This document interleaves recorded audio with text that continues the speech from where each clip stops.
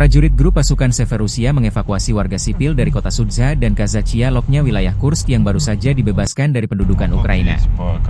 Evakuasi ini dilakukan untuk memastikan keselamatan penduduk di tengah situasi yang masih belum sepenuhnya stabil. Banyak warga yang meninggalkan rumah mereka dengan membawa kebutuhan pokok, berharap dapat segera kembali ketika kondisi memungkinkan. Bantuan terhadap warga sipil menjadi salah satu tugas utama pasukan, yang terus berupaya melindungi dan mengevakuasi masyarakat dari zona konflik, demikian dilansir militer Rusia 17 Maret. Proses evakuasi berlangsung dengan pengawalan ketat untuk menghindari potensi ancaman. Pasukan Sever memastikan warga yang dievakuasi mendapatkan perlindungan dan akses ke tempat yang lebih aman hingga situasi di wilayah tersebut kembali kondusif. Media pemerintah Rusia dan para blogger pro-perang berbagi video yang menunjukkan pasukan Rusia mengibarkan bendera di kota Sudza di wilayah Kursk Barat Daya, Rabu 12 Maret. Jatuhnya kembali Sudza ke pangkuan Rusia menunjukkan semakin melemahnya pertahanan Ukraina di Kursk.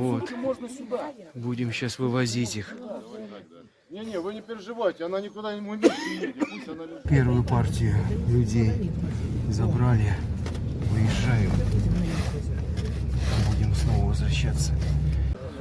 Первых людей привезли, первую партию людей привезли, уходят, потом дальше уже поедут на другом транспорте. Мы сейчас уже поедем, уже обратно за людьми. Вот это Малая Локня, колония. Вот проезжаем.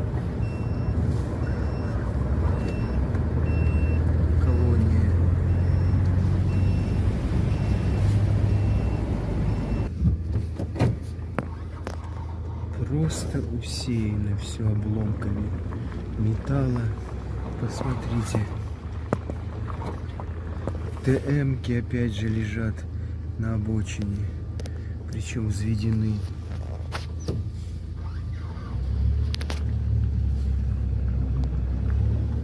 Вся дорога усеяна противотанковыми минами. Вон то же самое.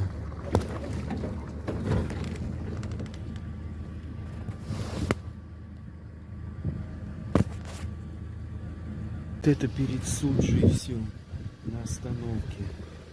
Представляете? Сколько ТМок. Это противотанковые мины. Вообще, тут на остановке. Вот еще привезли. Еще людей привезли. И людей много-много-много собираются в одном месте. И мы их потом забираем и вывозим. Очень много людей пооставалось.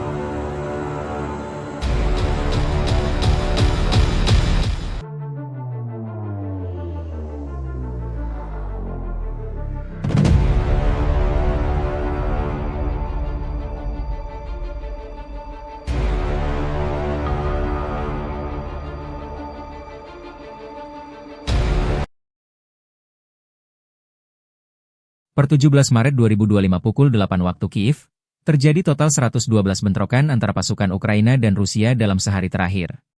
Download Tribun X sekarang, menghadirkan lokal menjadi Indonesia.